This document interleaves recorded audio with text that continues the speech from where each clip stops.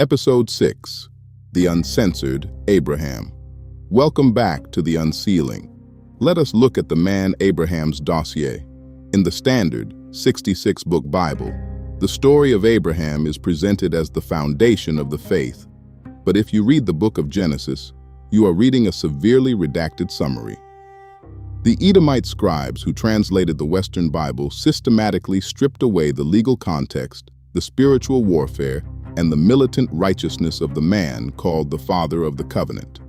Today, we are opening 12 chapters of the Book of Jubilees, chapters 11 through 23. We are going to look at the complete, uncensored dossier of Abraham. Let's begin in Ur of the Chaldees. Genesis chapter 11 gives us a dry genealogy.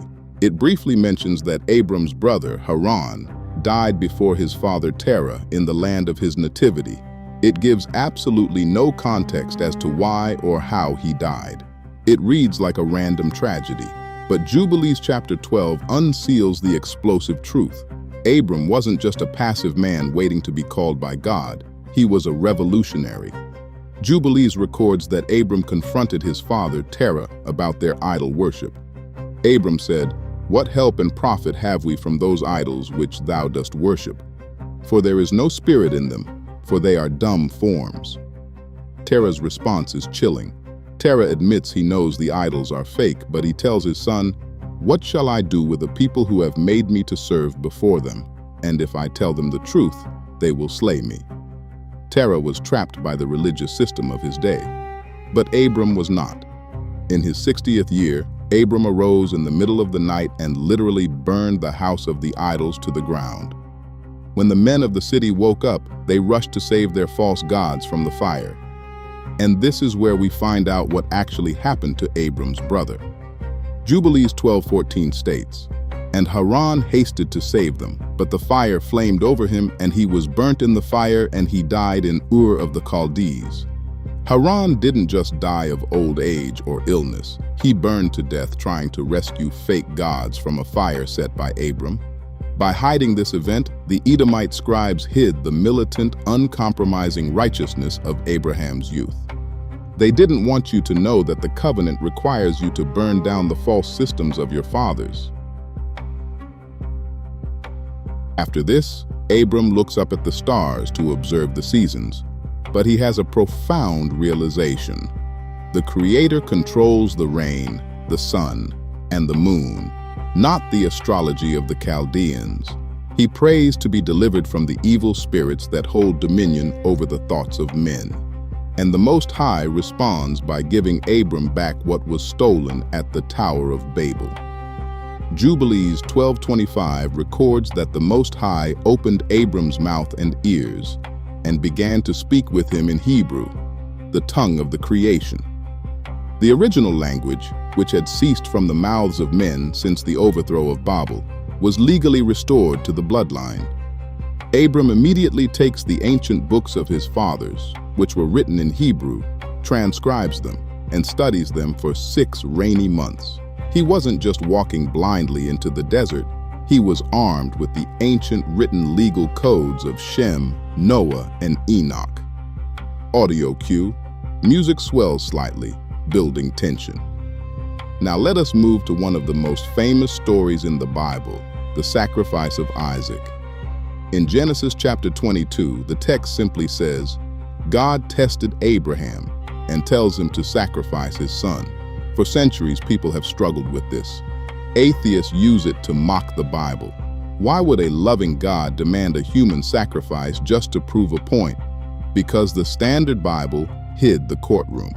Jubilees chapter 17 reveals the exact context. It was not a random test. It was a formal legal challenge, exactly like the book of Job. Jubilees records that voices in heaven were praising Abraham for being faithful in every affliction. But Prince Mastema, Satan, comes before the Most High and objects. Mastema says, "Behold, Abraham loves Isaac his son, and he delights in him above all things else. Bid him offer him as a burnt offering on the altar, and thou wilt see if he will do this command." The command to sacrifice Isaac was a legal prosecution brought forward by Satan. And when Abraham raises the knife on the mountain, the angel of the present states, "I stood before him, and before the prince Mastema." Satan was standing right there on the mountain, watching. And when Abraham proved his obedience to the Creator, the text says, "And the prince Mastema was put to shame."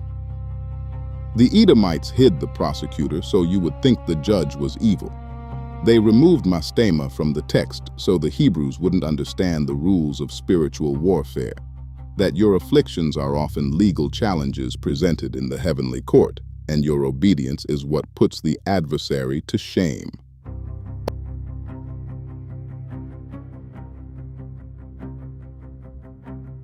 As Abraham grows older, the Western Bible paints a picture where Isaac favors his wild son, Esau, and Rebekah favors the smooth, tent-dwelling Jacob.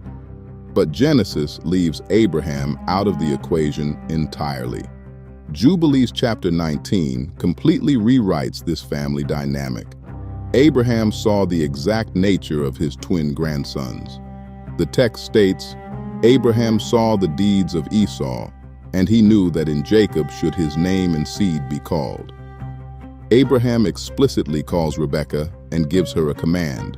He says, "Watch over my son Jacob, for he shall be in my stead on the earth, and for a blessing in the midst of the children of men. For I know that the Lord will choose him to be a people for possession unto himself." Abraham knew Esau was fierce and warlike. He physically calls Jacob to him, kisses him, and transfers the eternal blessings of Adam, Enoch, Noah, and Shem directly onto Jacob's head. He warns Jacob to separate himself from the nations, to avoid their uncleanness, and explicitly commands him never to take a wife from the seed of Canaan, because Canaan's seed is destined to be rooted out of the earth. The birthright wasn't stolen by a trick with a bowl of soup. Jacob was the legally designated heir of the covenant, ordained by Abraham himself before he ever died. And this brings us to the end of Abraham's life. He dies at 175 years old, a perfect and upright man. But Jubilees chapter 23 does not end with his burial. The angel of the presence immediately pivots into a terrifying eschatological prophecy, a prophecy about the end of days. A prophecy about right now. The angel declares that in the future the generations will grow old quickly. Their lifespans will be cut short by disease, famine, and the wickedness of their ways. Calamity will follow calamity. And why? Because they forgot the law. Jubilees 23:19 states exactly what the people will abandon.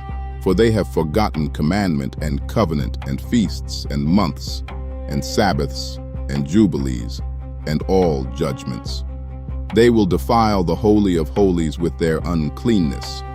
The Most High will wake up the sinners of the Gentiles against them, nations without mercy or compassion who will use violence against Israel and shed much blood upon the earth. This is the exact history of the Hebrew people under the Edomite and Roman systems. A 400-year sentence of violence, captivity, and forgotten Sabbaths. But the prophecy does not end in destruction. Jubilees 23:26 gives us the blueprint for the Great Awakening. It says, "And in those days the children shall begin to study the laws, and to seek the commandments, and to return to the path of righteousness." It prophesies a generation that wakes up from the amnesia. A generation that unearths the stolen calendar. A generation that realizes the feasts and the Sabbaths were never done away with. When this happens, the text says, "The Lord will heal his servants, they will drive out their adversaries, and the righteous shall rejoice with joy forever and ever." That is not a story about the past. That is a prophecy about you. You are the generation that is beginning to study the laws again. You are the generation breaking the Edomite spell. The dossier of Abraham is fully unsealed, and the path of righteousness is open.